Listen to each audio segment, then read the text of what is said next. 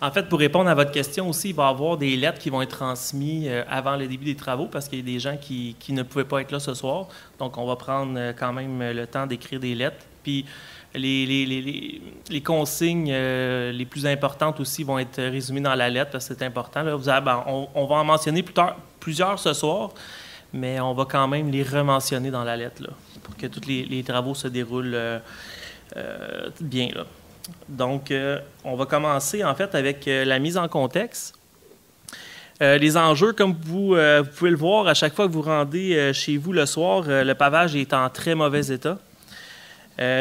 Mis à part ça, ce que vous ne voyez pas, c'est que les conduites qui sont en dessous aussi, c'est des conduites qui sont vieillissantes, donc les conduites d'égout et d'aqueduc. On a, en fait, ce qui a été noté aussi, là, comme vous pouvez le constater, c'est qu'il n'y a pas de trottoir sur la rue Vaillant et non plus sur la rue Tesserie. On a des pistes cyclables sur Vaillant qui ne sont pas protégées par un élément physique comme une bordure ou un trottoir. Vaillant, on a quand même une école primaire, l'école Esther Blondin, donc, et un parc de baseball avec plusieurs terrains de baseball et de soccer, excusez-moi. Et un élément très important aussi, c'est vrai pour les deux rues, là, on a des arbres matures qu'on veut protéger et sauvegarder. Il y a également l'éclairage de rue qui est important. Donc, nous, on a fait des études de photométrie aussi pour revoir un peu l'éclairage, pour être sûr que tout soit bien éclairé pour la sécurité des enfants et des adultes aussi. Sinon, il y avait d'autres enjeux importants là, qui n'est pas indiqué dans le PowerPoint, mais aussi... on a un enjeu, dans le fond, que les travaux, on ne reconstruit pas complètement l'égout, donc on fait de la réhabilitation. Je vais l'expliquer plus en détail plus tard, mais on a une contrainte d'eau qu'on amène dans les égouts.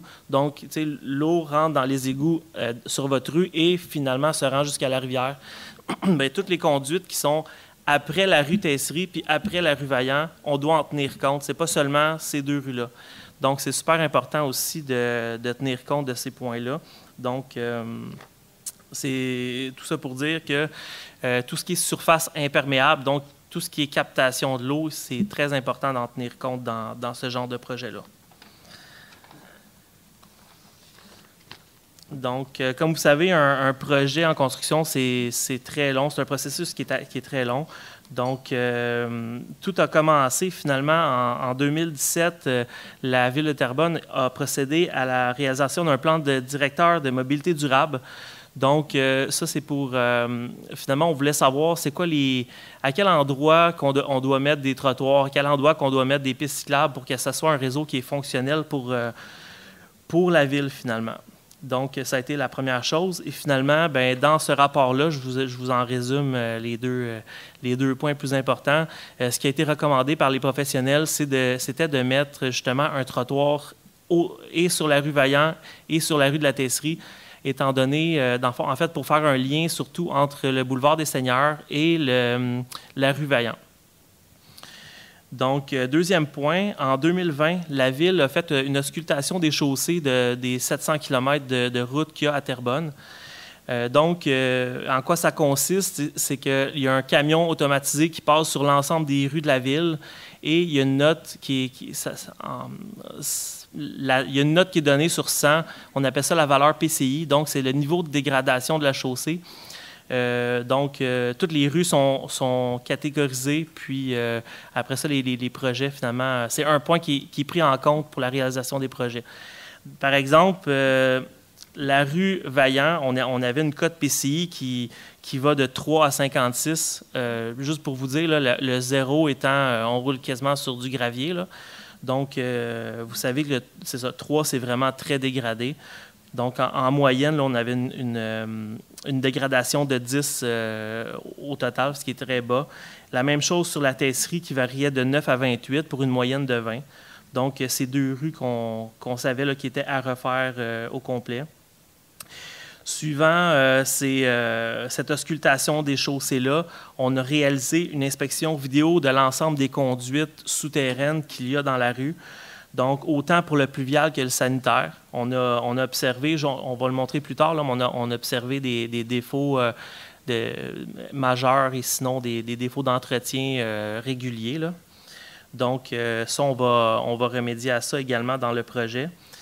En 2021, on a également effectué, vous avez probablement vu devant chez vous, une étude géotechnique et caractérisation environnementale. En fait, on est allé, un professionnel a été engagé pour faire des forages pour voir si la fondation était à refaire, puis savoir c'est quoi les matériels d'infrastructure qu'on retrouve proches des conduites également. Finalement, en fait, si je peux rajouter aussi, on a également fait des comptages par plaque. Donc, pour savoir c'est quoi les habitudes combien de véhicules qui passent à chaque jour sur ces différentes rues-là.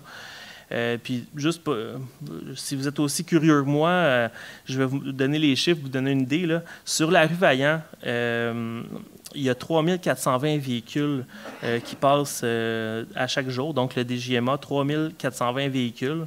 Et sur Tesserie, 1032 véhicules. Où est-ce que j'ai un peu resté surpris, là, c'est aussi dans cette étude de comptage-là, on peut avoir une idée de la vitesse que les gens roulent sur les rues.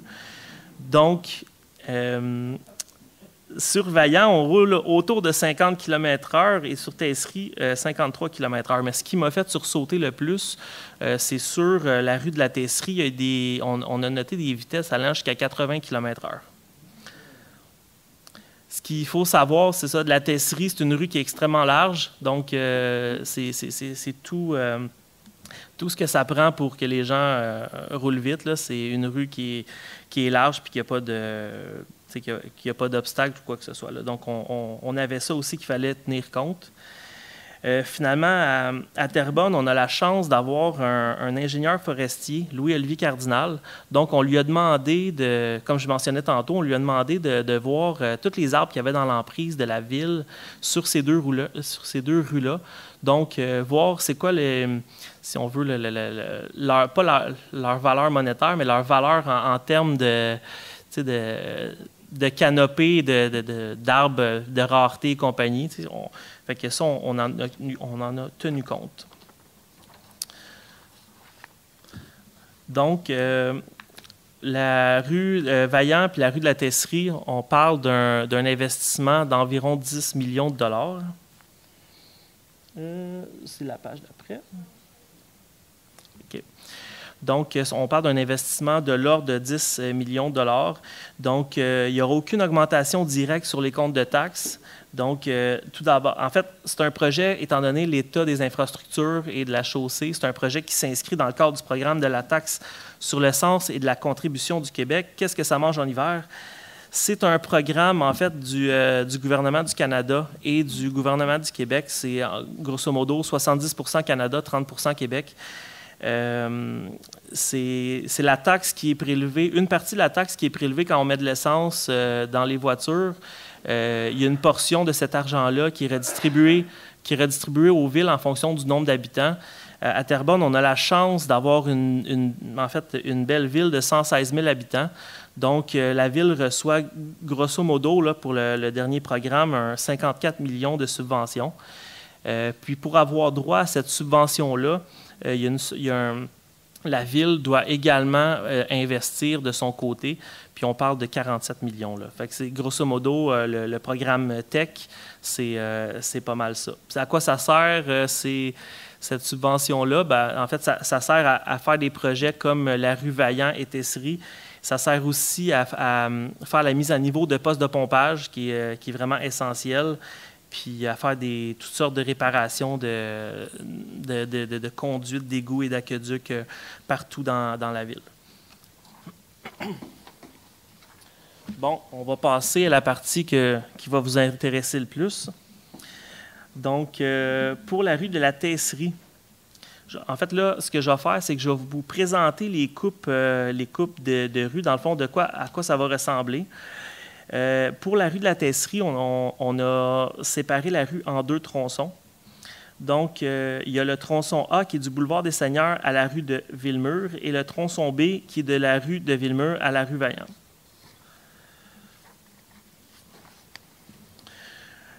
Donc, comme vous pouvez le constater sur l'image, on a rapetissé la largeur de la rue pour de la tesserie. Donc, une des raisons, comme je l'ai mentionné tantôt, c'est la vitesse que les gens circulent.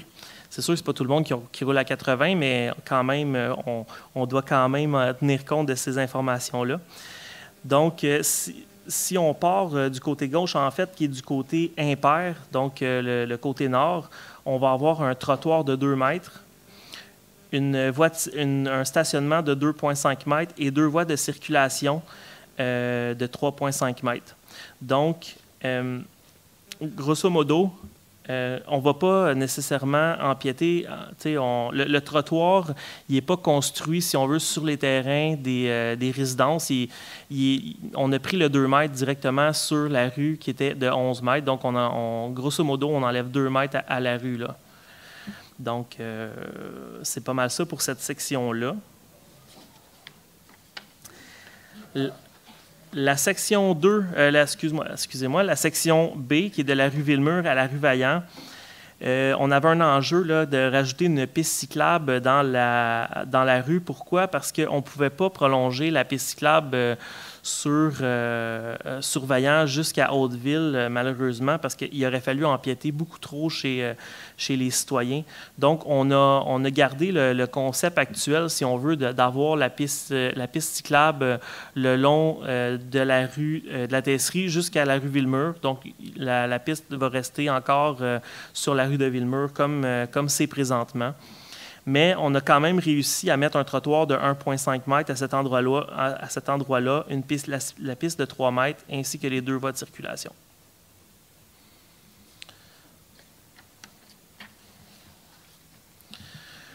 Pour ce qui est de la rue Vaillant, donc un peu comme Tesserie, on l'a séparé en différents tronçons parce que les tronçons ont des besoins différents, puis je pense que vous allez être d'accord que, en fait, il y a un tronçon qui est plus résidentiel, il y a un autre tronçon qui est plus école. Après ça, on a un tronçon avec le parc où il y a le baseball, donc on a fait différents tronçons. Le tronçon C, qui est du boulevard Hauteville jusqu'à la rue de la Tesserie, on va avoir...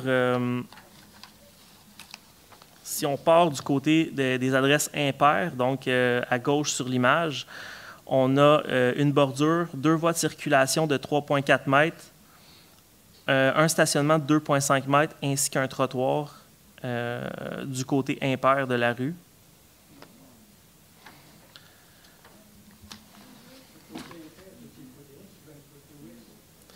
C'est du côté ouest. Exactement. Donc, après ça, les tronçons D et E, qui est de la Tesserie à la rue de Grandchamp. Pour ce qui est du tronçon D, Tesserie à Cloridan, on a une voie de circulation dans chaque sens. Après ça, une voie de stationnement, une bordure, puis une piste fonctionnelle. Donc, à cet endroit-là, l'idée, au départ, on voulait mettre une piste cyclable et un trottoir, mais on n'avait pas l'espace. Donc, on a finalement décidé de mettre une piste multifonctionnelle. Puis ça, en même temps, comme je le mentionnais tantôt, ça nous permet aussi de réduire l'eau qu'on amène dans les égouts. Donc, c'est ça que je mentionnais tantôt. Pour ce qui est de l'autre tronçon d'après, la rue Cloridan à la rue de Grandchamp, à cet endroit-là, l'enjeu principal, c'est l'école. Donc, du côté pair, donc du côté nord, on va avoir un trottoir de 1,5 mètres, une voie de stationnement de 2,5 mètres, 2 voies de circulation de 3 mètres, une voie de stationnement de 2,5 mètres, puis une piste multifonctionnelle de 3,2 mètres du côté impair, qui est en fait du côté de l'école. Donc, puis en fait, pour une mesure de modération qu'on qu'on voulait mettre aussi devant l'école, c'était de mettre une traverse piétonnière surélevée. Donc, en fait, pour que les gens puissent traverser devant l'école de façon sécuritaire.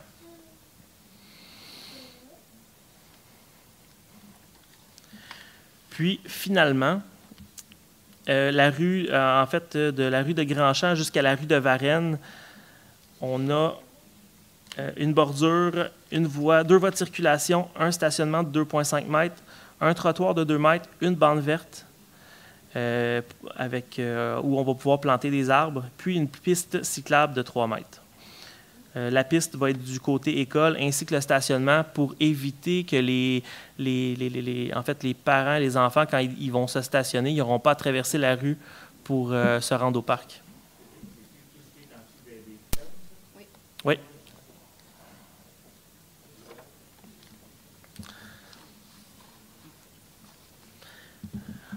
Donc, ce projet-là, ben c'est ça. Là, ce qu'on a vu, c'était ce qui était en surface. Il y a aussi toutes les conduites souterraines. L'aqueduc va être réhabilité au complet. Donc, c'est quoi la réhabilitation? C'est qu'on insère une gaine à l'intérieur de la conduite. Donc, en fait, grosso modo, là, on va venir nettoyer la conduite existante, puis on va insérer une gaine. Donc, on donne une deuxième vie à la conduite. Ça nous empêche de devoir la remplacer, puis ça dure très, très longtemps. Donc, pour réaliser des travaux de réhabilitation d'aqueduc, il y a des côtés... en fait, pour les travaux, on va devoir mettre un réseau temporaire en surface. Donc, ce qui va nous obliger à faire des coupures d'eau. Donc, ça, vous allez être avisé plusieurs jours à l'avance. Donc, vous n'aurez pas de surprise le matin, là, à moins d'un bris non prévu. Là, vous n'aurez pas de surprise. C'est ça, qu'il n'y aura plus d'eau puis que vous ne pouvez pas prendre votre douche avant d'aller travailler. Donc, puis à ce moment-là, c'est sûr qu'il va y avoir des avis d'ébullition. Puis, il va falloir faire bouillir l'eau là, pendant quelques jours. Là. Donc, le temps que les tests du laboratoire soient conformes. Pour faire des travaux de réhabilitation d'aqueduc, on doit, puis d'installer l'aqueduc temporaire, on doit passer les maisons par les robinets extérieurs. S'il y en a qui n'ont pas de robinet d'extérieur pour entrer l'eau, il n'y a pas de problème. En fait, l'entrepreneur va en installer pour que vous puissiez avoir l'eau pendant les travaux. C'est ça. Il va avoir, c'est un plombier qui va installer. Chaque cas, c'est différent, mais il y a un plomb. C'est ça. Chaque cas est différent, donc tout le monde le plombier va analyser chaque maison là, si on veut.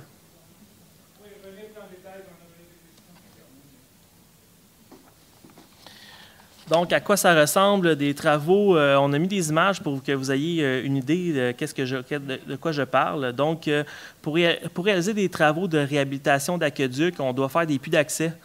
Donc, des petites excavations pour aller rejoindre la conduite d'aqueduc, comme on voit dans la photo de gauche. Puis, ce que je parlais tantôt, le réseau d'aqueduc temporaire, ce qu'on voit à droite, ça, on va le voir sur tous les terrains des gens. Là. C'est inévitable.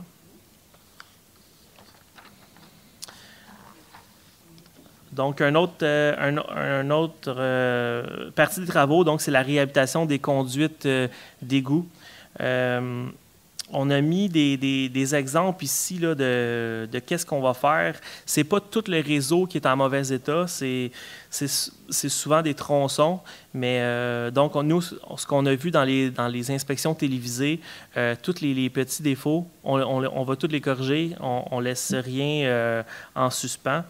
Donc, ce qui va être important, puis ça, en fait, ça va être un des points qui va être mentionné dans une des lettres que vous allez recevoir par la suite. C'est, par exemple, quand on fait la réhabilitation d'une conduite d'égout, ça va être important de ne pas faire de backwash de piscine. Parce que l'eau, ça fait partie des travaux. Nous, on fait il y a différentes techniques pour faire la réhab, mais on doit quand même retenir l'eau pendant une période de temps, justement, pour qu'on puisse faire les travaux. Donc là, j'aurais aimé ça mettre tous les plans de réhab d'égout, mais dans la présentation, mais ça aurait été trop long. Donc, s'il y en a qui veulent savoir après, là, s'il va y avoir des excavations devant chez eux en profondeur, puis tout ça, on a apporté les deux copies de plans, puis Isabelle et moi, on va pouvoir répondre après ça aux questions individuelles, là, que ça va nous faire plaisir. Il y a aussi... Je vais juste ajouter, pendant les travaux, soyez pas inquiets, vous allez recevoir des lettres, des accroche-portes pour voir l'évolution des travaux. Mettons, comme qui disait tantôt, les backwash, on ne vous le dira pas la veille qu'on commence les travaux. Là, vous allez être prévenus. Là. Effectivement.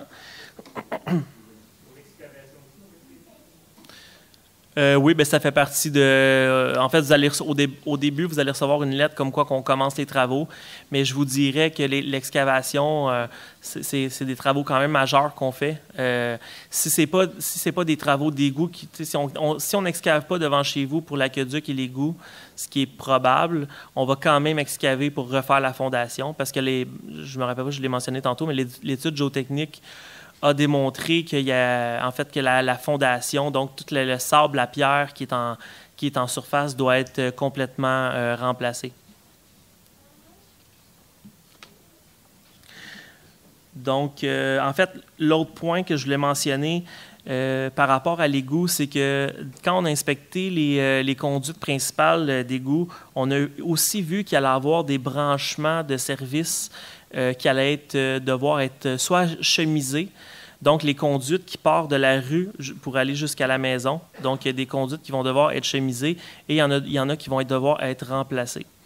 Donc, ça va être, c'est sûr qu'on va communiquer avec les personnes en temps et lieu. Donc, le plombier, si on veut, de l'entrepreneur va devoir accéder à l'intérieur de votre maison pour pouvoir faire certains travaux.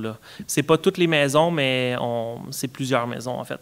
Puis ça, comme je le mentionnais tantôt, on peut les voir sur les plans. Là, on pourrait vous dire exactement qu'est-ce qu'il y a dans votre cas particulier. Ça, c'est pour l'égout et pour l'égout, les pluviales et le sanitaire. Puis l'aqueduc aussi également, il y a certains branchements qui vont être faits. Je vous invite à garder vos questions. Il en reste pour quelques minutes seulement et vous aurez la chance par la suite d'aller dans tous les détails que vous souhaitez. Merci de votre collaboration. Donc, on a voulu mettre des exemples de ce qu'on peut observer là, dans une conduite souterraine d'égout. Donc, à gauche, par exemple, c'est une conduite qui a un joint décalé. Donc, dans un cas comme ça, on doit excaver pour remplacer la conduite parce que l'eau ne circule plus. Puis dans un autre cas, on voit des racines qui passent bord en bord des conduites d'égout. Donc, dans ce temps-là, on fait de l'alésage. Donc, on coupe les racines. Puis, tout dépendant des cas, on peut faire du colmatage ou du gainage. Ça, c'est des exemples, un parmi tant d'autres, de ce qu'on peut trouver dans les égouts. Des heures de visionnement avec popcorn.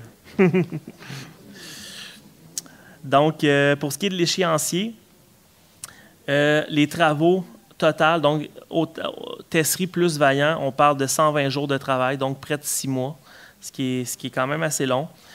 Ce que la Ville vise actuellement, c'est de faire les travaux de la Tesserie à l'été et à l'automne 2022 et la rue Vaillant à l'été et à l'automne 2022 et au printemps 2023. C'est sûr que présentement, on est dans un contexte qui... On n'est pas encore en soumission, donc ça, il faut quand même prendre ça avec un grain de sel. C'est possible que ça change, tout dépendant. Ça peut être les soumissionnaires, il va en avoir. Il y a plusieurs points d'interrogation, mais ça, c'est vrai pour toutes les soumissions. Mais ça, en fait, on va tout confirmer ça par une lettre aussi, en fait, dans la même lettre que vous allez recevoir quand l'entrepreneur aura été mandaté. On pourra vous donner plus d'informations par rapport à ça.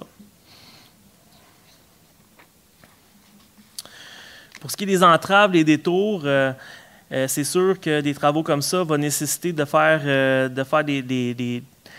en fait, comme je le mentionnais tantôt, il va y avoir des entraves ponctuelles, des excavations. La circulation locale va être permis. Vous allez pouvoir accéder à vos entrées en tout temps. Donc, sauf certains moments que, par exemple, quand on va couler les bordures, bien, c'est sûr qu'on ne voudra pas que vous passiez par-dessus la bordure neuve pour accéder à votre entrée. Donc, il va y avoir des entraves ponctuelles, il va y avoir des chemins de détour. Pour les enfants, on fait des travaux à proximité de l'école. Donc, la première chose, c'est qu'on souhaite réaliser les travaux devant l'école en période estivale, donc quand il n'y a pas d'école, quand les enfants n'ont pas d'école. Sinon, il va y avoir des corridors piétons qui vont être mis en place pour les marcheurs. Il va y avoir la relocalisation de certaines boîtes postales, dont celle au coin de Vaillant-Hauteville et Vaillant puis Boucherville. Tout ça pour avoir pour augmenter la sécurité puis avoir un peu plus fonctionnel. Là. Donc, il y a des boîtes postales qui sont du côté opposé au trottoir. Bien, à ce moment-là, nous, on ramène la boîte postale du côté du trottoir, ce qui est plus logique. Donc, ce qui m'amène à dire qu'on a travaillé très fort avec, par exemple, le Centre de services scolaires des affluents, EXO, les transporteurs scolaires, Post Canada. Donc, on a eu une très bonne collaboration de tous ces gens-là. Donc aussi, peut-être qu'il y en a qui ça les inquiète, là, la remise en état des terrains, donc tout ce qui est gazon, pavage. Vous avez rien à faire. En fait, ça va être inclus dans le contrat de l'entrepreneur. Donc, il fait la remise en état des lieux.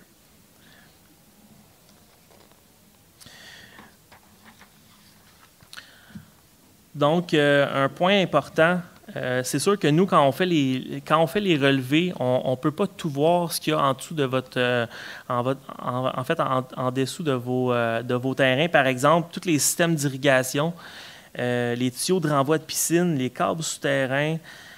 Si vous avez des informations à nous donner par rapport à ça, je vous invite là, à communiquer avec le Bureau des citoyens pour mentionner s'il y a des éléments particuliers là, qui vous concernent, qu'on doit tenir en compte. Nous, on prend toutes ces informations-là en note, puis on les partage à l'entrepreneur, puis on s'assure que tout va être remis en état par la suite, là. Puis, c'est pas mentionné ici, mais c'est important aussi, s'il y a des gens à mobilité réduite, de nous aviser d'avance si on doit avoir prendre des mesures particulières pour ces gens-là. Donc, on demande, c'est ça, le respect de la signalisation temporaire, le respect des interdictions du stationnement temporaire, la sécurité, c'est l'affaire de tous. Donc, c'est pas mal ça. On est rendu aux questions.